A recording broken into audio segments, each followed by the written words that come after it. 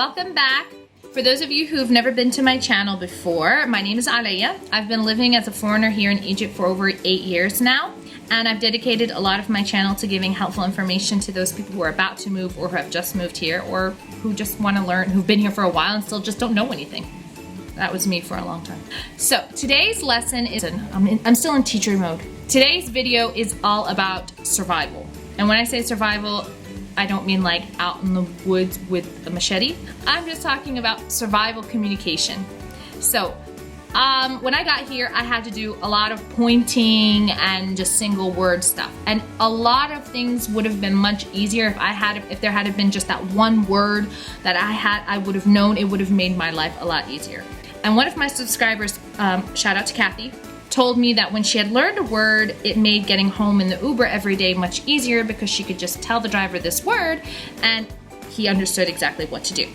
So that's what I decided I would do, is make a short series and each video dedicated to a certain topic on survival words to help you get by. So today's video is going to be about words related to Ubers, taxis, and cars. I'm not going to be getting into detailed sentences because this really isn't about helping you to learn Arabic so much as it just helping you and giving you that step forward to start communicating in those first few weeks. I always strongly suggest that you try and find somebody who can help you learn the language. Before I start saying these words, forewarned, my first language is not Arabic. I did not start learning Arabic until I was 25 years old.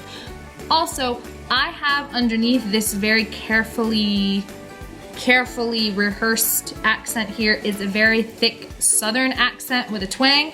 So obviously when I pronounce Arabic words, it's not going to be exactly correct. All right, so please don't come after me for it. So I have a few words that I'm going to tell you about, and I'm going to try to write the phonetic spelling of it below, and hopefully you'll be able, with some pointing, be able to enjoy yourself and be a little bit more specific when you get into Ubers and taxis or with anybody in the car who maybe doesn't speak English. All right, so the first two words would be right and left.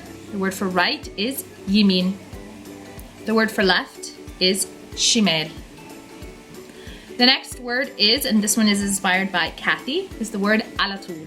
Alatul means straight away or keep going straight. The next word is window, which is shibek. Shibek. The next word is AC, tikif. The next word is trunk, which is shanta. Let's say you want to ask how much the fare is. You'd say became. Okay, if you want to ask where something is, like the location, you could say, like, for example, if I want to say where's the supermarket, I would say the supermarket fin. Like the word is fin. And the last thing that I'm going to tell you is a little bit of a phrase, but you can learn it. Just rewatch the video a couple of times. If you want to tell them I want to get down here, you can say hanzel hina. Hanzel hina. It literally translates to I will get down here. Hanzel means I will get down and hina means here, but the prepositions don't translate correctly. When you translate it literally into English, it translates to I will get down here, but we don't in English say I'm not going to get down here. We say we're going to get out here, but still you'd say hanzel hina. So I hope that these words have been helpful to you. Just to give a little bit of information about my experiences riding in Ubers and taxis. Obviously before the pandemic, before COVID situation, also a lot before I moved to New Cairo when I was living in the city, I took Uber all the time. I mean a lot. And I never had one negative experience. Now I have heard of several people who have had negative experiences with their drivers, but for me, I don't hear that very often. And I've taken literally like 100 Ubers in the last 2 or 3 years, and I'm not exaggerating. I've just not. And I'll have conversations with the drivers and talk to them, and it's really interesting. And they're all surprised about what I tell them about living outside of Egypt, and most of them, for the most part, have been really great. The same thing with taxi drivers. Taxi drivers, though, you do have to be a little bit more a little bit more careful. Their driving might not be as great as an Uber driver, simply because with Uber you can report them and give feedback, and they can get tips if they are good and helpful and drive and drive carefully and all of that. They're Uber drivers, and the same thing. There's another company called Careem, which is the same thing as Uber. You can report them if they're not doing what they're supposed to be doing and give feedback. Whereas taxi drivers, who are you going to give feedback to? And it was so bad that for the longest time, taxi drivers here were actually wanting to ban Uber because everybody's taking Uber instead of taking taxis. With taxis also, sometimes the fare can be a bit higher, and sometimes you might have to bargain a little bit with a taxi driver.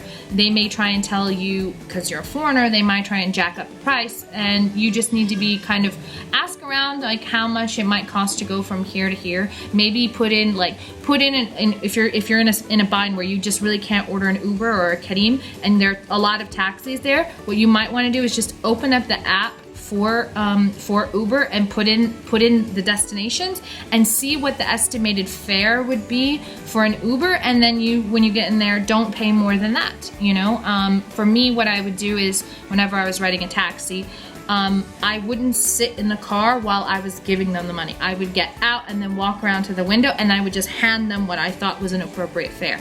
Now, I wouldn't necessarily, I'm not a cheap person, but I would feel uncomfortable arguing with somebody in the back seat of a car. I prefer to get out, walk around to the window, and I hand them that. And I've never had a taxi driver argue with me. Obviously, if I'm only going like a kilometer down the road, I'm not going to give more than 25, 30 pounds if I'm just going a little ways down the street.